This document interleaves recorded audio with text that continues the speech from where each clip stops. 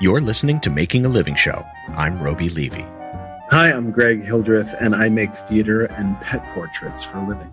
Greg Hildreth is an actor who's appeared on stage in Stephen Sondheim's Company, on TV in The Good Wife, and on the silver screen in Wall Street 2. But to me and my toddler, he'll always be known as that summer-loving snowman Olaf from Frozen the musical. Oh, and on the side, he paints portraits of people's pets. Here's my chat with Greg Hildreth. Who are you and what do you make for a living? I am Greg Hildreth, and I'm an actor. I make primarily theater for a living. Like you build theaters? I build theaters. No. I'm not nearly that talented. I do something even more difficult, which is play pretend. Oh, that is hard. Yeah. But you've had experience. You've been doing that since you were a kid, I imagine. Totally. Yeah. I started when I was when I was 6. I grew up in Boston, and there was this children's theater company called Neighborhood Children's Theater, run by this woman called Michelle McCourt. It still exists. She still runs it. And it started out as kind of like a hobby. Like my sisters and my cousins and I were all a part of this after-school theater program. And then, as we got older and people aged out of it, I realized that I didn't want to stop doing it. And so I decided to go to school for it, and my parents were okay with it. It's funny. I asked my mom the other day, because I was having this conversation with a friend, and they were like, "Were your parents nervous about you pursuing a life in the arts?" And I was like, I don't know. And so I asked my mom, and I was like, "Were you nervous that I wanted to be an actor?" And she has a really thick Boston accent. She was like, "No, it sounded like a really exciting life."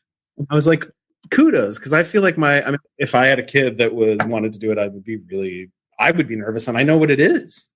But maybe there was something about my parents not really knowing anything about it. They were like, "Yeah, sure, sounds fun." I think my parents are still hoping that I might just go to medical school. Totally. My mom still says to me, "I always see you in the classroom. I still see you in the classrooms." Both my parents and teachers. I was like, I would be considered a successful actor by some people. I imagine. I consider you a successful actor. You have acted professionally and successfully. Yeah. But it's funny. I still always see you in the classroom. Well, does she consider you a success at this point? Is that how she regards this decision? Was this a good, successful effort into acting? I think so. I think my parents are very reserved and Catholic. And so I don't think they would ever tell me that. But if my dad bumps into somebody at the grocery store, he's likely bragging about what I'm doing in New York. But he'll never tell me that he thinks I'm successful.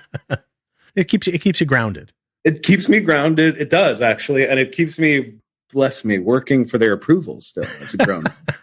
Aren't we all? Yeah. Does the audience ever substitute in for your parents in terms of looking for approval? The audience is 100% my parents.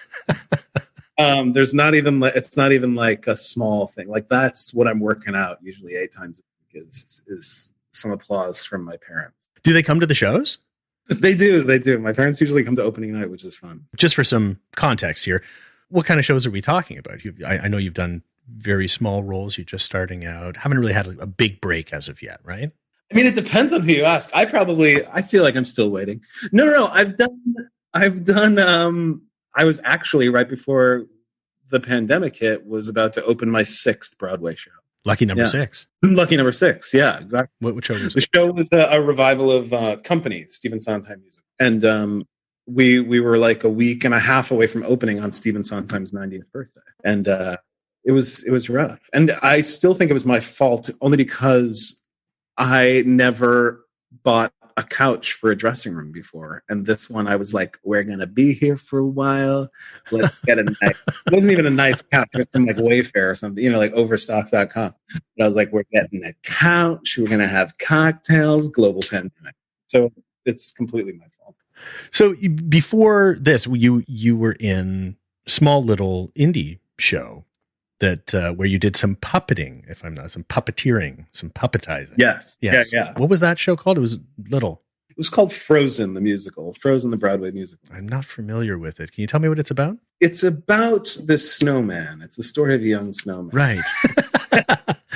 But who did you play? But you played Olaf in Frozen. Yeah, I played Olaf in Frozen, and I was puppeteering. I was puppeteering this, I guess he was maybe about 4 feet tall like bunraku, Japanese style puppet who stood in front of me, and I manipulated him and did his voice. Had you ever puppeteered before? I never puppeteered before, but as a child of the 80s, I have always been a big puppet fan, growing up with the Muppets and Fraggle Rock and Labyrinth and things like that.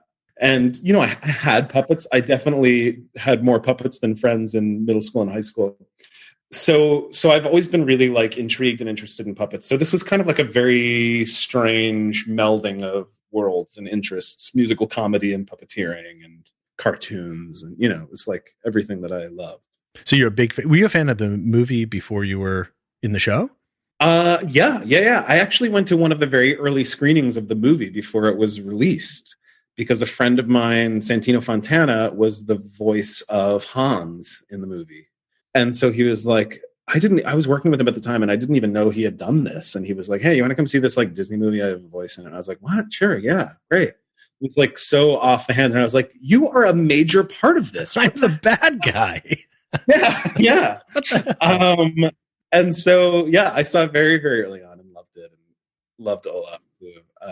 So it's all been a very funny sequence of events. Yeah, that had to have been quite bizarre to actually be in a show that you actually saw, liked, and I mean, it's weird when a movie becomes a play.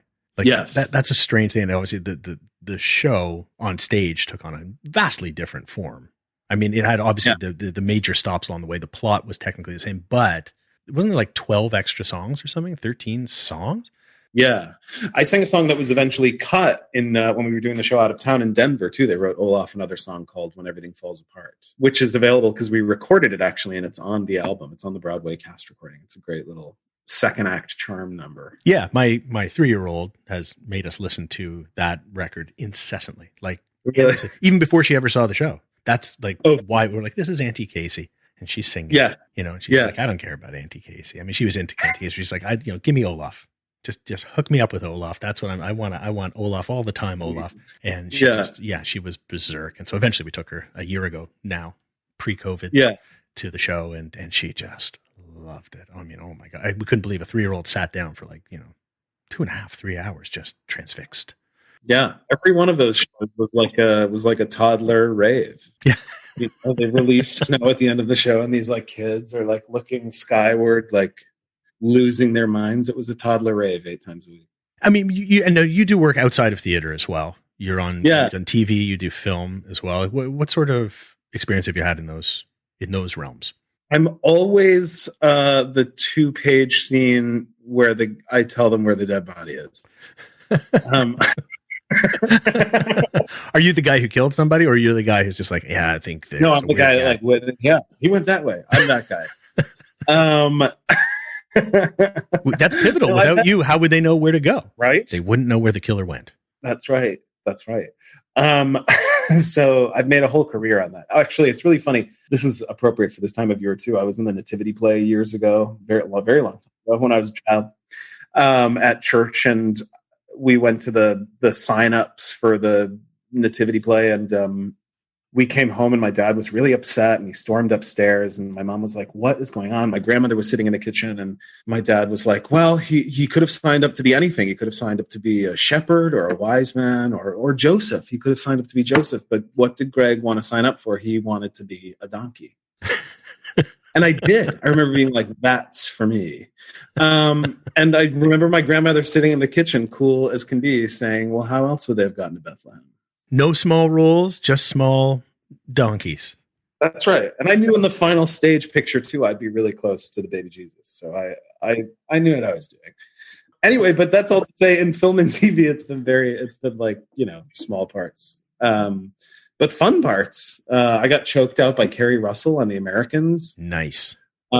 She murdered me. Spoiler alert. It's in the last season. Which was really fun. But but primarily theater.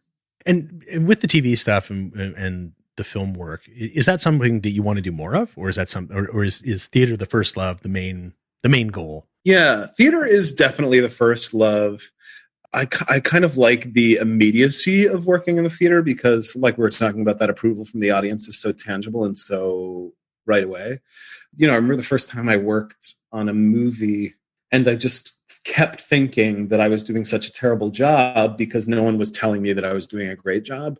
In the film and TV world, they just say, all right, let's move on. Next shot. That means they got it. That means you did great. No one comes up and they're like, hey, man, that was really great. Yeah. They don't do the applause thing. Yeah, they say, let's move on. So I was like 20 walking around this film set being like, I am a major fuck up.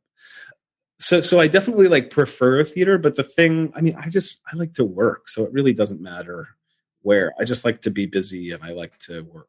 Well, tell me about work. Like, you've done a spectrum. If you're telling people, hey, they get the murderers over there, and on the flip side, you turn around and you go and hop on stage as a puppet, and then you are in, I don't know, were you in The Good Wife? I've watched that series. Yeah. I was on The Good Wife. Like you've got quite a range here, quite a spectrum of things that you're involved in. Like, where do you get inspiration from? What motivates you to try and do all of these different types of things? That's a great question. I get inspiration from lots of different places. I get inspiration from my friends and my peers, people I like to hang out with that I find kind of stimulating. I'm really stimulated by visual art. I'm really stimulated by music, by food, and cooking.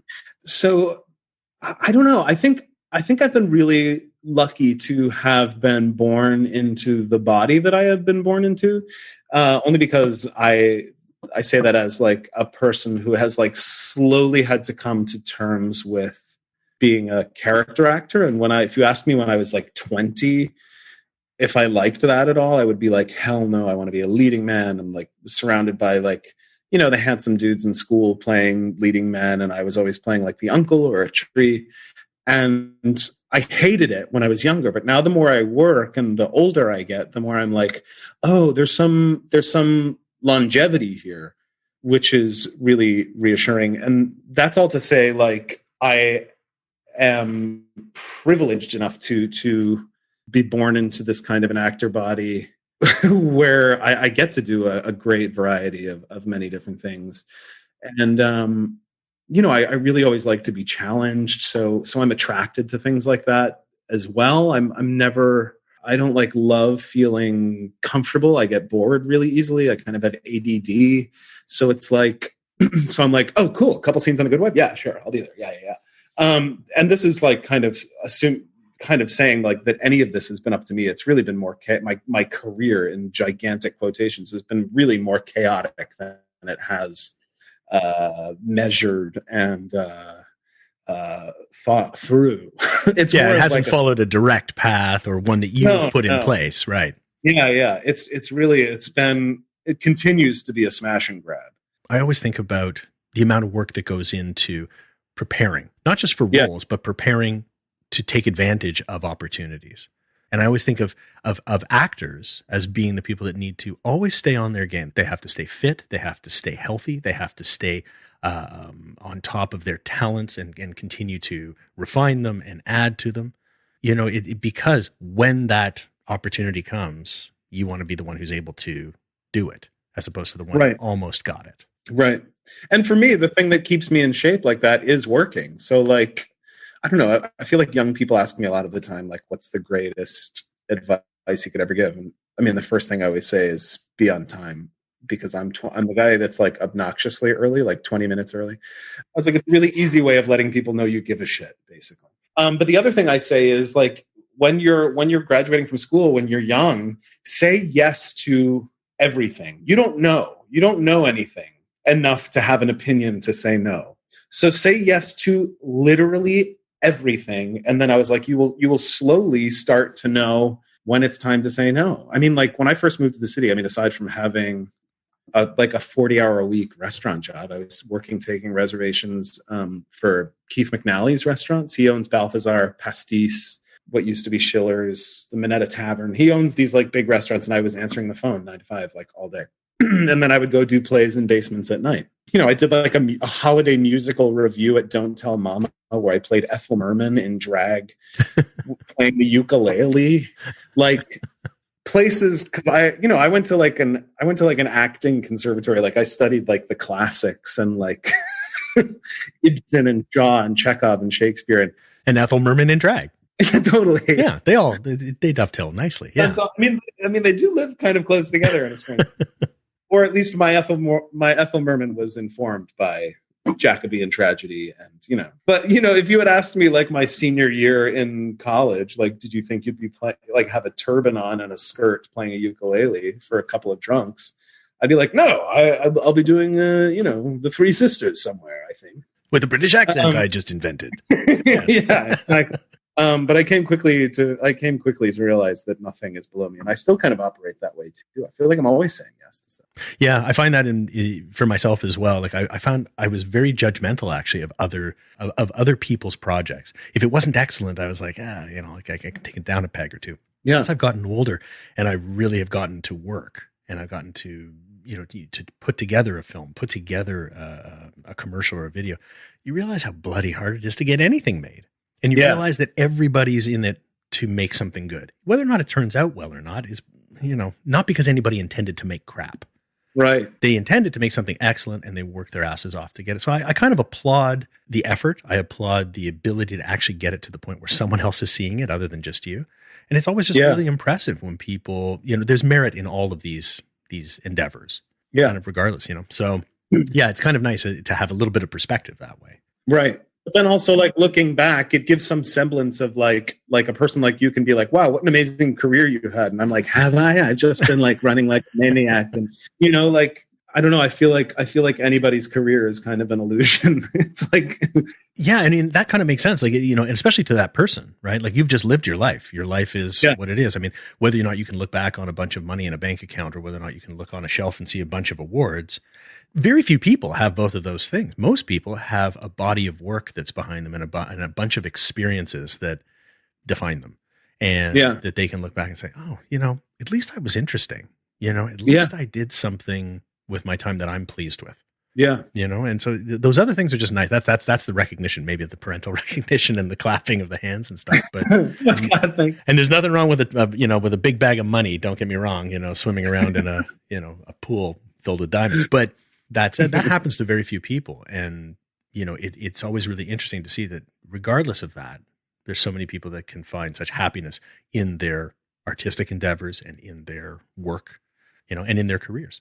And it's kind of funny to do a check-in like this, that sometimes with the show, I laugh because people aren't used to taking a little bit of stock of the extraordinary things they have done to this point. Yeah. So it can be a bit of a treat.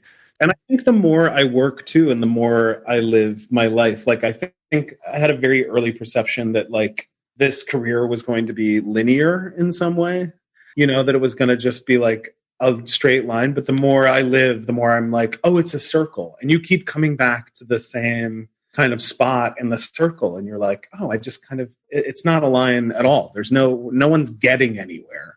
Like there's no real destination. Yeah. It's the big merry-go-round. Yeah. Well, so how do you deal with that? I mean, what was that realization like? Did something happen that sort of brought that to you? I think I didn't work for 3 years. How did that go? I was, yeah. I was on like I hustled a lot for maybe about 5 or 6 years when I moved to the city before I quit that restaurant job. It took me a while. Because also nobody knows what to do with a 20-something character man either. They're like, come back when you're 40. So I had like and I'm not there yet. I had, it's not to say that any part of this has been like a breeze for me, but that's all to say I felt this kind of like line going for maybe 2 or 3 years after things started to pick up. And then I just stopped. And it wasn't for lack of trying. And I could only get jobs that were shows out of town, which is nothing to sniff at because those were some of the greatest things I've ever worked on and some of the greatest times I've ever had getting to know people and exploring the country and things like that. But that's all to say, like, I thought I was headed somewhere. And then I was like, oh, we're back out of town again. And, it's kind of happened a couple times throughout, like I don't know how long have I been doing this? Maybe like 10 years professionally. So it came with like having another helping of, humility after I thought like things are really taking off. Did you think right on, it's going, and now I can get that great drug habit going. I can really Totally. become a colossal asshole and just, Get married a couple times. Yeah, at least a couple. Yeah, you definitely want to do that. Drop a couple of babies in a couple of places. Like, it's important to really, really put your mark on the world that way. The Richard Burton. Yeah. So yeah, it came with just experiencing it. That's how I came to realize it. I was like, oh, and then finding, success and great times and consistent work after that, and being like, oh, we're back to that part of the circle. And in a couple of years, it's going to dip again. And how does your perspective change? I mean, specifically after that first time where you're kind of like, oh, I'm not working. It's not happening for me right now. Did you always assume that it would come back, or did you start entertaining other ideas of what you might do? Maybe teaching at that point, like maybe mom in your ear, telling you what the backup is. Yeah, that's a great question. Well, I feel like every actor has this experience where they feel like every job they have is their last. So I still have that where I'm like, and we're done. That was fun. And now, so I mean, getting through that is really just like, most of the time, just like blind faith and persistence. There's this funny, I think Carol Channing was on Martha Stewart like a million years ago.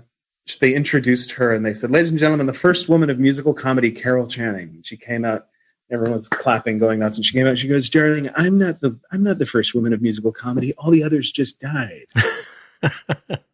And there's something to be said for that kind of like persistence. Like if you hang out long enough and struggle and starve a little bit and get depressed and push through it, then eventually you can also, that's what I'm going for. I'm hoping that one day I can be called the first lady of musical. That would be excellent. Especially with the mustache. That's a good look. Yeah, exactly. But it is about persistence. Like there's never, and I think maybe as I get older and more experienced or have lived just more life, I come to the realization that it has nothing to do with me. I used to take it very personally and be like, well, it's because I'm a bad actor and it's because I'm, not funny and it's because this and that has to do with me. And it's like, the older I get, the more I'm like, this has nothing to do with you egomaniac. and similarly, like the kind of getting down on myself, and that goes hand in hand with the despair of like, what the hell is coming next, over time has given way to a voice that is like, just hang out. Something's coming. And like, I believe that more than I used to, I guess. Well, you mentioned your ego when you're down and out, when you don't think you're going to work, when things aren't really, people don't seem to be recognizing the incredible talent that's before them. I mean, how do you stay in it? How do you find that within yourself to stay confident and believe in yourself that way? Yeah. Well, I mean, there used to be a version of myself that would kind of like buck against it, and be like, nope, we are not feeling that. We are not going there. We are great. We are fine. We are, the kind of active denial that would sometimes happen for me. But there is this kind of like strange acceptance and or like mourning that happens that I have to like let myself go through and be like, okay, today you're not feeling great. Today is going to be hard. And, we're just going to do like the bare minimum things to like get through this day. So that's all to say, like, I've found help in just fully experiencing those feelings rather than pretending that they're not there, in order to find out what's on the other side. When you find yourself with little work or with a lot of time ahead of you, you've just finished something big, let's say, and you're not really sure what the next thing's going to be. Have you considered creating your own projects? I mean, I always think of actors as having to wait for a project to find them or for them to find a project. But, do you write? Do you direct? Do you produce with those? Yeah. Well, that kind of came with saying yes to a lot of things a couple years ago. I made like a web series back when everyone was making web series. And I like experimented with writing and even kind of producing this and sometimes directing. And I found that I didn't like it. It stressed me out and I had too much responsibility. Like for a person who has made a career playing the donkey in the nativity play, like I like to get in and get out. I don't want people looking to me in a crisis being like, well, what do we do? I'm like, I don't know. I can't, I get more stressed than I enjoy having that much responsibility. So I've tried, but yeah, I'm not a great producer of my own work. Although if you call me with your own project, I'm the first guy that's like, what time? Like you're saying yes. You're still saying yes. Yeah, exactly. Yeah. I speak with a lot of students, and and all of them want to be directors, and nobody wants to be an editor. And I'm like, do you know what the worth of a fabulous editor is? I mean, I'll even wind up talking to editors, and I was like, yeah, I edit, but I really want to direct. I'm like, why? I mean, like, if you wanted to, you would have. I mean, obviously you can. I mean, feel free, go direct something, but don't downplay the incredible importance it is to be that third storyteller in that chain, from writer to director to editor. Or for that matter, nobody wanted to be a producer. Everybody, wanted to be the director of their film project. And I'm like, right. Nobody wants to be in charge. Really? Right. Because you all think the director's right. It's the producer that's in charge. That's who's calling the shots. So if you want to be the boss, you be the producer. Yeah. And it's just interesting that people have very different takes on it, and they romanticize a certain thing. Totally. And sometimes they realize, you know what? I'm pretty darn happy being the donkey. Yeah, totally. I'm a good donkey. It's like me in my 20s wanting to be a leading man, and I was like, oh, actually, I think I'm good. Yeah. How was that? I mean, it's difficult. Being an actor in today's day and age is such a visual thing. Everybody's got 6 and 8 and 21 pack abs. It's absurd. Yeah. And as a guy that isn't that, I mean, I'm not a guy like that. You're not a guy like that. And yet you put yourself out there and you're saying that now you've come to terms with it. What was it like to not be that guy and to be standing beside that guy? Totally. Yeah. I mean, those are the people that I saw getting like a lot of attention, like in terms of like casting in shows and things like that in school. And I was always getting the bit part, which like, I begrudgingly took and was like, yeah, geez. And, it just kind of like messes with your self-image. And then also we had a showcase our senior year where we like presented here in New York and then in Los Angeles for potential agents and casting directors and stuff. And I saw those people get a lot of attention then too. And I was like, oh, this was a bad idea. This is a bad idea. Gotta get out of here. So I have struggled with it for sure, like feeling less about myself because I am not a leading man type. But I've also, now as a 37-year-old man, like that's a part of myself that I really love. I really have come to love and see the value in it. And it's something that I enjoy. And I realize now I'm like, oh, I don't want any of that. I don't want any of that at all. When I was 20, I was doing this play called The Front Page. How old was I? I was like 22, 23. And Richard Kind was in this play. We were in Western Massachusetts, out in the provinces, doing this play called The Front Page. And he kind of like took me under his wing. And, as he's also a character man. And he used to just like pick on me and haze me in a very like playful way. It was never like dangerous or insulting, but he did say to me once before we closed, he said, Greggy, he used to call me Greggy. He's like, Greggy, if you ever lose any weight, you'll never work. And I said, Richard, you too. Yeah. But he speaks from a play, but he knows. I mean, that he was never going to be. I mean, he's had an excellent career. In fact, it's only gotten better and better. It's like he grew into all of these characters that became available and became much more important and integral to the shows that he was in. Yeah. And now he comes to see things. He saw me do a show in New Jersey a couple of years ago, and he's like, that's the part I would have played a couple of years ago. You got that part. I would have played that. That would have been me. Yeah. Yeah. I always think you're going to grow into the good role. That's why you may think, I know a lot of actors always go, oh my God, I'm never going to work again. But I always think that, you're just going to get better. I mean, what you learn from this past role, what you're going to take to the next one. The opportunity is the hard thing, and that's why you got to stay sharp. Totally. Well, I remember too, like our senior year in school, we had this like auditioning class, and they used to hold these mock auditions. And at the end of every class, 2 people were cast. And then at the end, it was such a mindfuck for young 20-year-olds. But I remember that teacher right before we graduated, she was like, when you're 40, you'll work. And I remember feeling like that was a death sentence. And so like, honestly, anything that's happened now between 10 years ago and now is a miracle, because I was told this wasn't even going to happen. But that's interesting because I think a lot of people go through school and they are told they'll never work, period. They don't have the look. Maybe they don't have the talent. Maybe they don't. Somebody thinks they don't have that special, it factor. Yeah. But they're the people that listen to that, and then they go and become insurance salesmen and whatever else that they do, like dental technicians, which we need, which is great. But the people that are truly think that this is their calling, they tough it out for that 20 years until you can get to 40, and then all of a sudden, maybe they hit their windfall.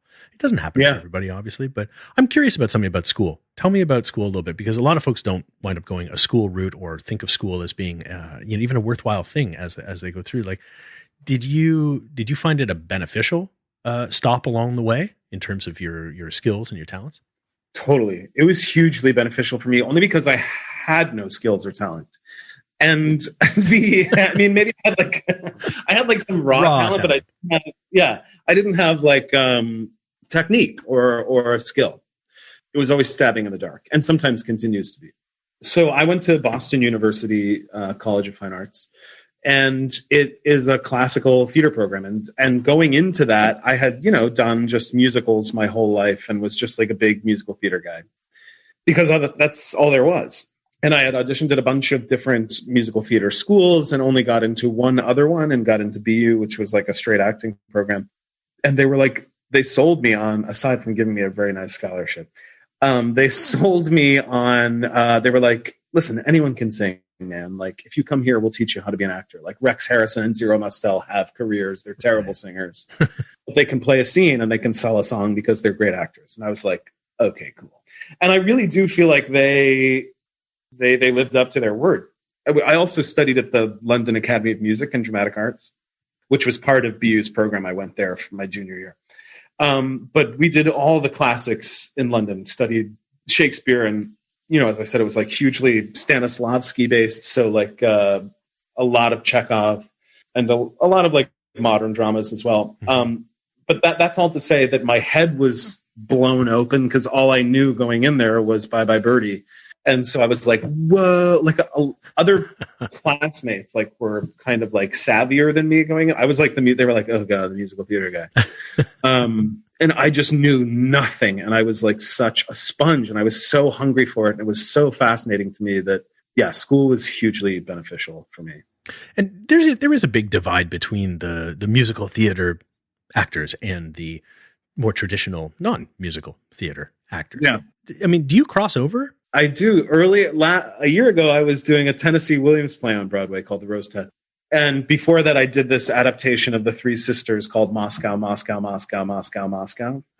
Well, how many Moscows is that? There are 6. Did I say 6 Moscow? So 3 Moscow, sisters, Moscow. 6 Moscows. Got it. Yeah. Yeah. And so, I do kind of go back and forth once in a while, but then I'll also do a big old splashy musical, which is fun because I feel like if I had gone to a musical theater conservatory, I wouldn't have those other skills, actually. I feel like because of my training, I've got a bunch of tools in my toolbox. And you can apply some to, there's crossover too. There's cross-pollination.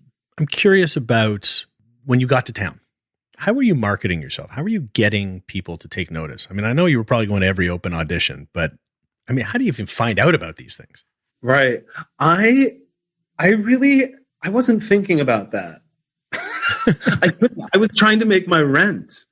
No, but truly. And I tell kids that too, that are like, that's another piece of great advice. I was like, if you move to a new city, I was like, it's important to don't think about acting when you first move to a city.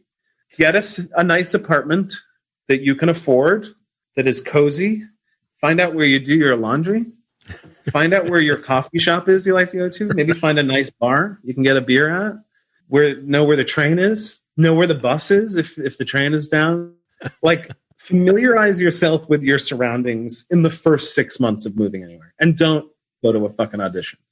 I just didn't have the bandwidth either. I was like, whoa, I had lived in Boston my whole life, and Boston's a city, but it's not like here at all. So it was really kind of culture shock. But I was also fortunate enough I had this kind of built-in community. Even before I moved here, I had done 3 seasons at the Williamstown Theater Festival, which is that theater festival I was talking about in Western Massachusetts. And I went there right out of school for a couple of months and did like summer stock. And it was all people from New York. And this was before I even lived in New York. And so that's when I started to, I mean, I always knew I wanted to move to New York, but I just didn't know when because I was broke. I was like, as soon as there's enough money, I'm going to move to New York. I moved after I graduated. I moved back in with my parents and lived there for a year and worked at Starbucks and like hustled. And so I was lucky enough to kind of set up this community before I even lived here. So I had all of these contacts in New York that worked in the theater that were already here when I got here. One of whom, my friend Danny, got me the restaurant job that I worked for 5 years on. So it really was, can I say something controversial? I never went to an open call. Wow. I've never heard an actor say that. Not because I'm above it. I'm certainly not. I just was going to my day job in the morning. So I like came up by the grace of this community I had started to create and this network I started to build in Western Massachusetts of people who lived here, one of which was Alex Timbers. Alex is still alive, but I'm talking about past tense. He's still with us. He's one of my dear friends. But he is a director. He directed Moulin Rouge this past season. He's directed Beetlejuice, the musical. And he was the one who formally invited me to move to New York when we were out in Western Massachusetts, my second summer there. And he was like, I've got a play at St. Anne's Warehouse in Brooklyn that I would love you to be in. Do you want to come to New York? And I was like, yeah, I was thinking about it. He was like, great, come and do this play. And if you love it, you can stay. And if you hate it, you can leave. And so I came and I moved here and I loved it and I stayed. And I've been in like 7 shows with Alex. My Broadway debut was an Alex Timbers show. I've done 2 shows on Broadway with Alex. That's all to say, I don't know, the reason I've been lucky enough not to go to an open call. And that's what I try to tell other people too, is I'm like, that's not the only way in. You know, like I did enough shows in basements that people started to be like, that guy again. How do you get in my basement? Yeah. I came in I came in the side door, I think. So there's no good segue to this, so I'm just going to do it. You love cats.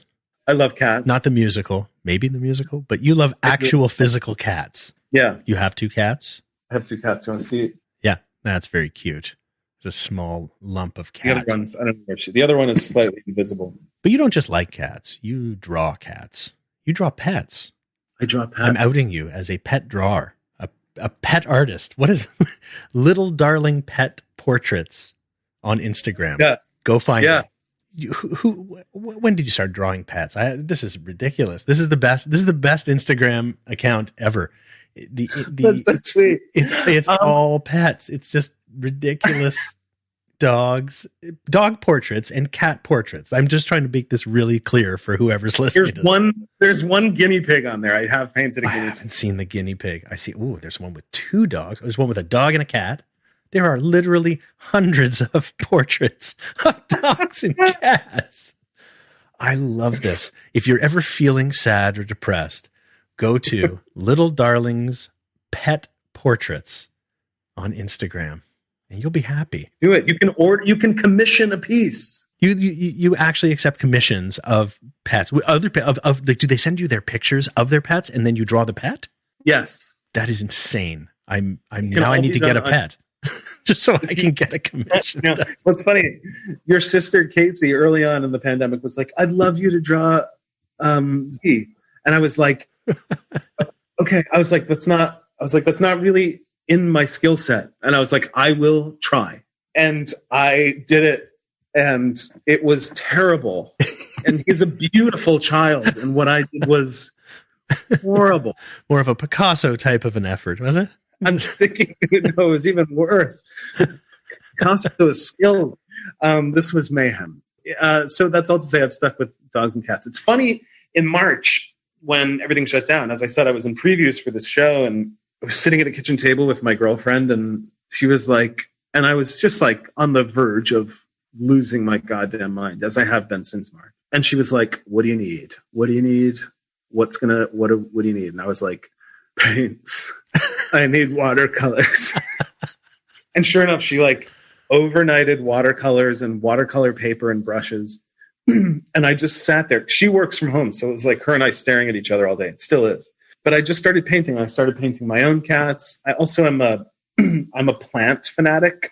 I have lots of houseplants. Do you have another Instagram account where you just paint I should. You can just follow my regular one for that. There's the cacti collection over there in the window. These are lovely plants. You just like foliage. Totally. Yeah. The tree that's a real tree, but it's dead. It's a Christmas tree I'm referring to. So I started just painting my cats and plants around and just posting them. Because I was like losing my mind. And then friends started asking me, will you draw this pet? Will you draw my dog? Will you draw? I was like, yeah, sure, absolutely. Ooh, started doing that. Started popping the mail. Got a stack of like big envelopes and just started taking great pleasure in painting people's pets and sending paper mail. And and then I just one day was like started to get bored with it. And I just on my own personal Instagram, I was like starting to take commissions. Who wants their pet painted? $20. And people just started messaging strangers. Great. What's your address? Great. Sending out more paper mail. This thing is kind of like taken off since March. And I have always, my grandmother was a visual artist. I've always liked to paint, but probably haven't like painted seriously since high school. And it's been deeply therapeutic and a great place to put my manic energy. Little Darlings Pet Portraits. You can email me commissions at littledarlingspetportraits@gmail.com. The price is now $35. It's going up, people. Get in now. It's going to go up to 50 soon. Oh my God. It's so excellent. And I love that. Am I crazy? Do you put the paint brushes on each one as well? Like with the colors that you're using and oh my God. It's so cute. Yeah.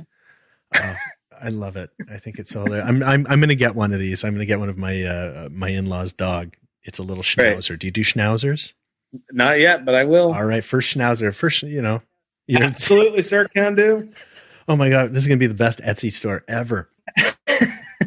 Tell me, where can people find out more about you? You can go to my Instagram, which is the only social media I have anymore, which is just at Greg_Hildreth. I think there's an underscore. Yeah. Yeah. There's an underscore. Like, I don't know. There is? Okay, great. At Greg_Hildreth. I am not on Twitter anymore. And I don't have a website. I'm off the grid, man. Yeah. Just on the gram. Off the grid. On the gram. Yeah. Well, and of course, don't forget, people, Little Darlings Pet Portraits on Instagram. That's also where you can find Greg and you can get some of his fabulous pet art. For cheap. Well, I can't thank you enough for being on the show and sharing with us how you make a living. Thanks for having me. Subscribe to Making a Living Show on Apple, Google, Spotify, Stitcher, and pretty much anywhere else you get your podcasts.